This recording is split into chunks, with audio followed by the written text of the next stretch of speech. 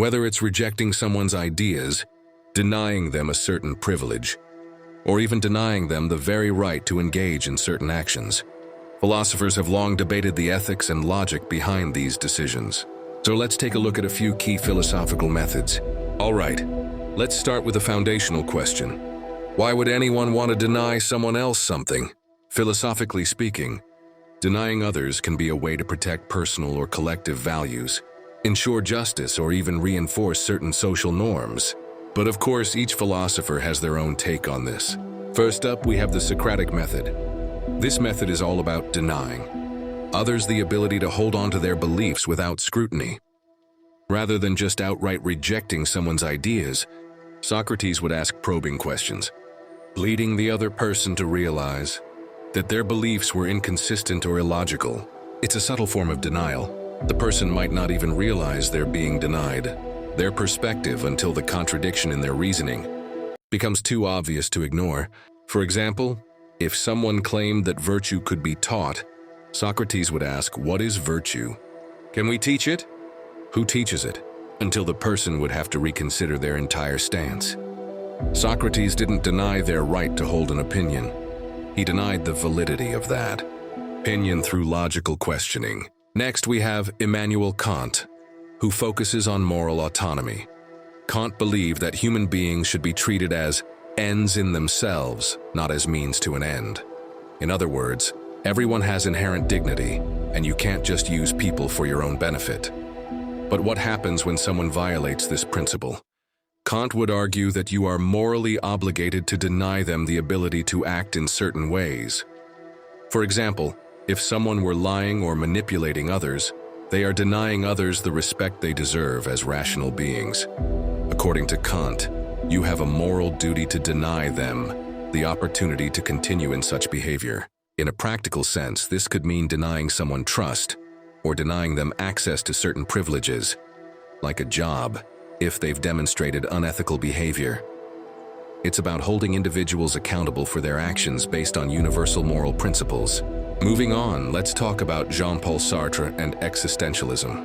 Sartre is known for his belief that we are all radically free to make choices, but with that freedom comes responsibility.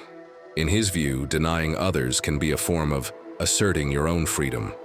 For example, if someone tries to restrict your choices or impose their will on you, Sartre would argue that you have the right to deny them. He might even say that you're ethically obligated to do so. If someone attempts to limit your freedom or define your existence for you, maybe by imposing societal roles or expectations, denying them is a way of asserting your own autonomy. Sartre would say, "You are free to define yourself, but you must also respect the freedom of others." So, in some cases, denying someone's influence could be an act of existential self-defense. Another philosopher who explored denial was John Locke, especially when it comes to property. Locke believed that we have a natural right to own property, but that this right comes with limits. For Locke, denying someone the right to use their property in certain ways could be justified if it violates the rights of others. For instance, if someone is using their property in a way that harms others, like polluting the environment, Locke would argue that society has the right to step in and deny them the freedom to continue that behavior. This is a more legalistic form of denial, where property rights and individual freedoms are balanced against the collective good. It's about ensuring that no one's actions infringe upon the rights or well-being of others. Finally, we have Friedrich Nietzsche, who introduced the idea of the will to power. Nietzsche believed that individuals should assert their own strength, creativity, and will. When it comes to denying others, Nietzsche would argue that sometimes we must deny others their influence in order to strengthen ourselves or our community. For Nietzsche, denying someone might not always be about moral superiority, but about overcoming them to create something new. It's about rejecting conventional morality or social expectations that might hold you back. It could even be seen in his concept of the Übermensch, or overman, someone who transcends traditional societal constraints. So, in Nietzsche's view, denying others might be a natural part of asserting your own power and becoming who you truly are. even if that means rejecting the values or norms that others try to impose on you. So there you have it, 5 philosophical methods that help us understand how and why we might deny others.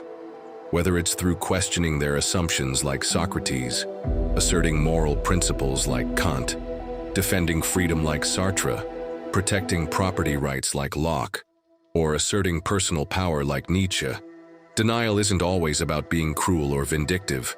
Sometimes it's about protecting what we value, whether that's truth, freedom, ethics, or personal growth. What do you think? Do you agree with any of these philosophers' methods of denial? Or perhaps you have a different approach to denying others that you think is more effective? Let me know in the comments below. I'd love to hear your thoughts.